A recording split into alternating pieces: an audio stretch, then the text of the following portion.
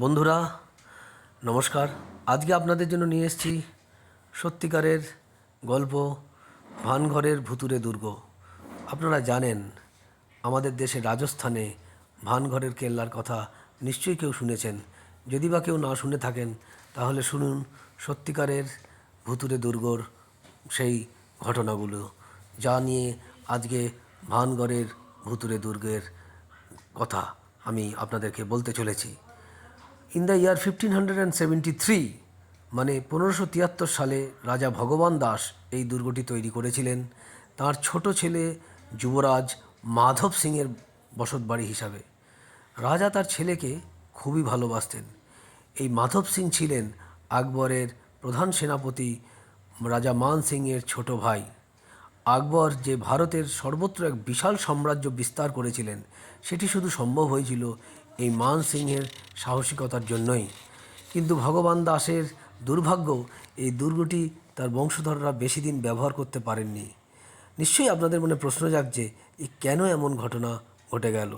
তার আগে এই ভানগড় কেল্লার ভেতরটা সম্বন্ধে আপনাদেরকে ছোট করে একটু বলে রাখি। ভানগড় কেল্লার ভেতরে বহু মন্দির আছে, যার মধ্যে সবথেকে নামী মন্দির গোপীনাথজির মন্দির, যে মন্দিরটি হলো সবথেকে সুন্দর। এটিকে এখনও নিয়মিত রক্ষণাবেক্ষণ করা হয়। আর এই কেল্লায় বা ফোর্টে ঢুকতে গেলে 4টি দরজার মধ্যে যে কোনো একটি সাহায্য নিতে হয়। প্রধান ফটক, যাকে স্থানীয় ভাষায় লাহোরি দরজা বলা হয়ে থাকে। এছাড়া এর উত্তর দিকে আছে আজমিরি গেট, দক্ষিণ দিকে আছে ফুলবাড়ি গেট, আর পশ্চিম দিকে আছে দিল্লি গেট। যাই হোক, যেটা বলছিলাম, এই ভানগড় কেল্লার মধ্যে বহু ভাঙাচোরা বাড়ি আপনারা দেখতে পাবেন, যার মধ্যে একসময় থাকতেন মন্দিরের পূজারীরা। এই রাজারা ছিলেন যাদব বংশের। তারা বিশেষ শ্রদ্ধাভক্তি সহকারে পূজা অর্চনা করতেন। আর এই বাড়িগুলোকে আজ বলা হয় পুরোহিতজি কি হাভেলি। মোট 16 জন পুরোহিত নিয়মিতভাবে এই হাভেলিতে থাকতেন। এর ভেতরে ঢুকলে আরও আপনারা ছোট ছোট পাথরের কঙ্কাল যে দেখতে পাচ্ছেন, তার মানে পাথরের কঙ্কাল বলতে একসময় এগুলো পাথরের ঘর ছিল, আজ তাদের কঙ্কাল মতো দশা। সেখানে একসময় শহরের সেরা নাচিয়েরা থাকতেও তারা সন্ধেবেলায় নাচমহলে গিয়ে নৃত্য প্রদর্শন করত। সেই জন্য এই ঘরগুলোকে বলা হয়ে থাকে নাচনি কি হাভেলি। এরপরে আরও ছোট ছোট কতগুলি ঘর দেখা যায়, কিন্তু এই ঘরের মাথায় কোনো ছাদ নেই। এরকম ঘর দেখলে একটু অবাক হতে হয় বই কি। এই ঘরগুলো ছিল সেই সময়কার মণি মুক্ত হিরে জহরতের ব্যবসা স্থান। এই ঘরগুলোতে সেই সময় ব্যবসায়ীরা এই সমস্ত জিনিস নিয়েই ব্যবসা করতেন। সুতরাং সেই জন্য এই ঘরগুলির নাম হচ্ছে, বা এই জায়গাটার নাম বলা হয়ে থাকে জহুরি বাজার। সন্ধেবেলায় সেই সময় আজ থেকে 300-350 বছর আগে মানুষের ভিড়ে গম গম করত। যখন রাজা ভগবান দাস আরাবল্লী পাহাড়ের সন্নিকটে একটি দুর্গ প্রাসাদ নির্মাণ করতে চেয়েছিলেন, তখন তিনি প্রথমে বিখ্যাত সাধক বালনাথের শরণাপন্ন হন। কারণ এই দুর্গের পাশেই ছিলেন বালনাথের আশ্রম। তিনি ছিলেন হঠযোগী। হাত তুলে আগুন জ্বেলে যে কোনো মানুষকে ধ্বংস করতে পারতেন। এখনও রাজপুতানায় তাঁর বহু অনুগামী ছড়িয়ে আছে। বালনাথই এই দুর্গ প্রাসাদে নির্মাণেও তখন অনুমতি দিয়েছিলেন। তবে তিনি একটি শর্ত জুড়ে দেন। তিনি পরিষ্কারভাবে রাজাকে বলেছিলেন যে ওই দুর্গ এমনভাবে তৈরি করতে হবে যেন সেই দুর্গের ছায়া কোনোভাবেই তার আশ্রমের ওপরে না পড়ে। এই সমস্যার সমাধান করতে এগিয়ে এসেছিলেন স্বয়ং নায়েব মশাই। তিনি শহরের সবথেকে সেরা স্থপতিদের ডেকে পাঠিয়েছিলেন। তারা অনেক চিন্তা ভাবনা করে এমন একটি নকশা তৈরি করলেন যেন কোনোভাবেই ভানগড় দুর্গের ছায়া বালনাথের আশ্রমের ওপর পড়ে না। সেই নকশা অনুযায়ী কাজও হয়েছিল। তবে রাজার দুর্ভাগ্য ছিল যে শেষ পর্যন্ত তিনি এই কথা রাখতে পারেননি। দেখা গেল ছায়া ক্রমশ প্রলম্বিত হতে হতে আশ্রমকে ছুঁয়ে ফেলেছে। এই ঘটনায় পরবর্তীকালে সাধক প্রচণ্ড রেগে যান এবং রেগে গিয়ে তিনি পৈতে ছুঁয়ে রাজাকে অভিশাপ দেন যে কিছুদিন মধ্যেই এই দুর্গ একেবারে ধ্বংস হয়ে যাবে। হয় রাজা ভগবান দাস হয়তো এই অভিশাপ মানেননি। ভগবান দাসের মৃত্যুর পর রাজা হলেন মাধব সিং। তারপরে এলেন তার পুত্র শক্তি সিং। এই পর্যন্ত সব ঠিকঠাকই চলছিল। তারপরেই ধীরে ধীরে বিষণ্ণতার কালো মেঘ ঘনিয়ে এসেছিল এই রাজবংশের পাশে। এই বংশের শেষ নামকরা রাজা হয়েছিলেন দ্বিতীয় জয় সিং। তিনি 1720 সালে সিংহাসনে বসেন। তার আমলে এই রাজ্যে অনেকগুলো মন্দির ও দুর্গ তৈরি হয়েছিল। তার রেশ আজও কিছুটা দেখা যায়। তিনি ছিলেন অত্যন্ত দক্ষ প্রশাসক। 1773 সালে সাংঘাতিক দুর্ভিক্ষ দেখা দিয়েছিল এইখানে। মানুষজন তখন ভানগড় ছেড়ে অন্য জায়গায় পালিয়ে যায় এবং তখন থেকেই ভানগড় দুর্গ পরিত্যক্ত বলে ঘোষণা হয়। একদিন যেখানে ছিল সাজানো বাগান, পরে সেখানে হয়ে যায় বড় বড় গাছের জঙ্গল। বন্য প্রাণীরা মনের সুখে ঘুরে বেড়াতেও।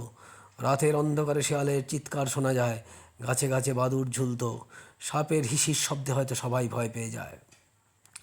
এখানে বসবাসকারী লোকেরা দেখল, হঠাৎ এক সন্ধ্যায় রাজবাড়ির নাচঘরের জারবাতি জ্বলে উঠল। কে যেন সুরেলা গলায় গজল গাইছে, পায়েলের ঝংকার শোনা যায়, সারেঙ্গিতে বেজে উঠেছে রাগ রাগিনী। এরপর পাশের কুয়ো থেকে এক মৃত্যুহীন হাহাকার ভেসে আসছে। মনে হয় কোন মৃত্যু পথযাত্রী মানুষ সাহায্যের জন্য চিৎকার করছে। শুধু কি তাই, নারী কণ্ঠের খিলখিল হাসির শব্দ শোনা যায় কাঁচের চুরির রিনরিন শব্দ। এ তো চারটিখানি ব্যাপার নয়। হতভাগ্য ট্যুরিস্ট জঙ্গলের পথে মৃত অবস্থায় পড়ে থাকতে দেখা যায়। আরও একদিন হঠাৎ এক অল্প বয়সী মহিলা গাছের ঢালে ঝুলন্ত অবস্থায় দেখা যায় এবং প্রত্যেকটি ঘটনায় ঘটে সূর্য অস্ত যাওয়ার পর। তাই ভারত গভর্নমেন্ট অফ ইন্ডিয়া সেই থেকে নিয়ম করে দিয়েছে যে সন্ধ্যের পর ভানগড় দুর্গে আর কেউ প্রবেশ করতে পারবে না। ভানগড় দুর্গের সঙ্গে এক রূপসী তরুণীর কন্যার গল্প যুক্ত আছে। গল্প বলাটা ঠিক নয়, সত্যি ঘটনা, যার রূপ লাবণ্যের কথা সেই সময় ভারতের সর্বত্র ছড়িয়ে পড়েছিল। তখন তার বয়স ছিল মাত্র 18 বছর। মনে হতো যেন স্বর্গের কোনো অপ্সরা ভুল করে পৃথিবীতে জন্ম নিয়েছে। সেই রাজকন্যার নাম ছিল রাজকন্যা রত্নাবতী। যথেষ্ট গুণবতী ছেলে সে। লাল টুকটুকে রঙের পোশাক পরলে তার দিক থেকে চোখ ফুরিয়ে থাকা যেত না। কিন্তু সেই সময় সেই প্রাসাদের মধ্যে ছিল এক তান্ত্রিক সাধু, যার নাম ছিল সিংকিয়া। অনেক দিন ধরেই সে রত্নাবতীর দিকে তার লোভী নজর রেখেছিল। তখন রত্নাবতীর সমস্ত দেহে যৌবনের বাণ ডেকেছিল। এত সুন্দরী মেয়ে এর আগে কখনো দেখেনি সিংকিয়া। মনে মনে যখন শুনল বা যখন সে দেখল যে তার জন্য রাজা স্বয়ম্বর সভার আয়োজন করেছে, তখন থেকেই সে মনে মনে ভেঙে পড়েছিল। কোনোদিন থেকেই সে রত্নাবতীর উপযুক্ত পাত্র হতে পারবে না, এ ধারণা তার ছিল। তার মতো এক সাধারণ তন্ত্র সাধককে কে রাজকন্যার সাথে বিয়ে দেবে? কোথায় রাজকন্যা রত্নাবতী আর কোথায় সে? দুজনের মধ্যে কোনোভাবেই কি তুলনা হতে পারে? তিনি বুঝতে পেরেছিলেন যে সহজে রত্নাবতীর মন পাবেন না। সেই জন্য তিনি আরম্ভ করেছিলেন ষড়যন্ত্রের জাল বুনতে। যেহেতু তিনি রাজবাড়িতে প্রায়ই যাতায়াত করতেন, তাই কয়েকজন পরিচারিকার সাথে তার যথেষ্ট যোগাযোগ ছিল। যে মেয়েটির সঙ্গে তার সবচেয়ে যোগাযোগ ছিল তার নাম ছিল মেনকা, আর এই মেনকা ছিল রানী রত্নাবতীর সবথেকে কাছের সহেলি। একদিন একটি সোনার হার মেনকার হাতে দিয়ে সিংকিয়া বলেছিল, মেনকা, রাজকুমারী তোমাকে খুব বিশ্বাস করে। আজ আমার জন্য তোমাকে একটা কাজ করে দিতে হবে। আমি তোমাকে একটি মন্ত্রপুত্র সুগন্ধি জল ঢালা পাত্র দিলাম। এই পাত্রটা তুমি রাজকন্যার হাতে দিয়ে বলবে, এতে এমন এক ওষুধ আছে যা মাথায় মাখলে চুল গাঢ় ও লম্বা হবে। এই জল মুখে লাগালে আরও সুন্দরী হয়ে উঠবে রত্নাবতী। মেনকা হেসে বলেছিল, মাত্র এই কাজ? আমি তো ভাবলাম অতি কঠিন কাজ। আপনি কোনো চিন্তা করবেন না, আমি আপনার সমস্ত ব্যবস্থা করে রাখব। এই বলে সে রাজকুমারী রত্নাবতীর ঘরে এসেছিল। রাজকুমারী রত্নাবতী তখন আয়নায় মুখ দেখেছিল। নিজের রূপ যৌবন নিয়ে যথেষ্ট সচেতন ছিল সে। মেনকা তার হাতে এই মন্ত্রপুত্র জলের পাত্রটি হাতে দিয়ে বলেছিল, তুই এখন থেকে এই জল তোর মুখে মাখতে শুরু করে দে। দেখবি 7 দিনের মধ্যে তোর জেল্লা কত বেড়ে যাবে। তোকে আর তোর বিয়ে নিয়ে চিন্তা করতে হবে না। সন্দেহ মাখা চোখে এই পাত্রখানির দিকে তাকিয়েছিল রানী রত্নাবতী। সে ছিল খুবই চালাক। এর আগে সিংকিয়া তার সঙ্গে দেখা হয়েছে। সিংকিয়ার দৃষ্টিতে লালসা ঝরে পড়ে। মেয়েরা এমনিতেই চোখের ভাষা সহজে বুঝতে পারে। সিংকিয়াকে সে মোটেই পছন্দ করতো না। সে বুঝতে পারল নিশ্চয়ই এটি সিংকিয়ার কোনো এক ষড়যন্ত্র। তাই সে সঙ্গে সঙ্গে জলপূর্ণ পাত্রটা মেঝের ওপর ছুঁড়ে ফেলে দিয়ে সেটা ভেঙে দিয়েছিল। আর সে দেখা গেল ঠিক সঙ্গে সঙ্গেই সিংকিয়াও কপাল ফেটে রক্তাক্ত হয়ে মারা গেছে। আজও এই ঘটনার ব্যাখ্যা কেউ দিতে পারে না। মানুষ ধীরে ধীরে এই ঘটনার কালের নিয়মে ভুলে গেছে, কিন্তু আজও এক অস্পষ্ট ছায়া মূর্তিকে দেখা যায় এই ভানগড় দুর্গে। সেটি যে নারী মূর্তির ছায়া তা বুঝতে এতটুকু ভুল হয় না।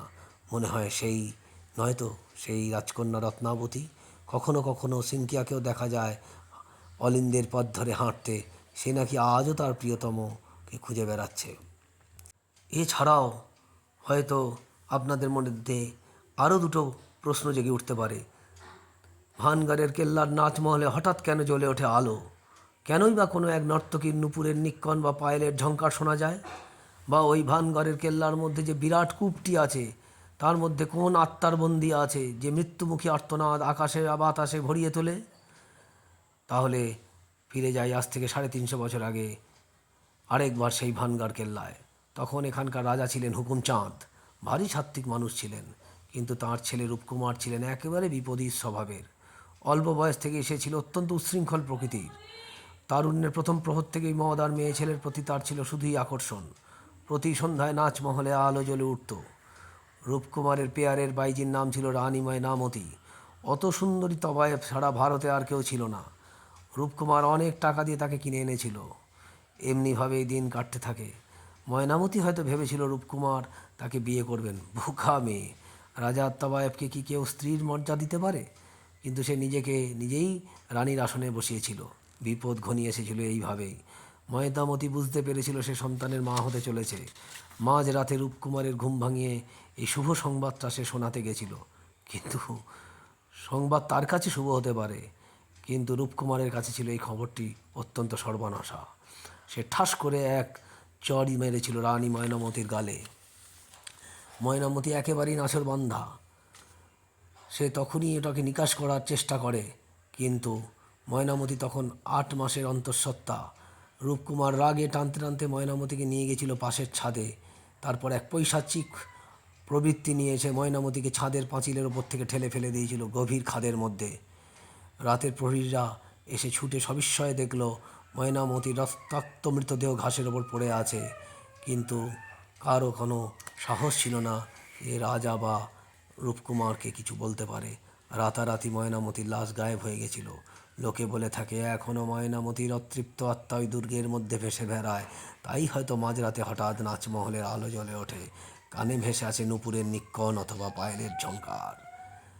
আরও একটি রহস্য আছে, তাও শোনাবো আপনাদের।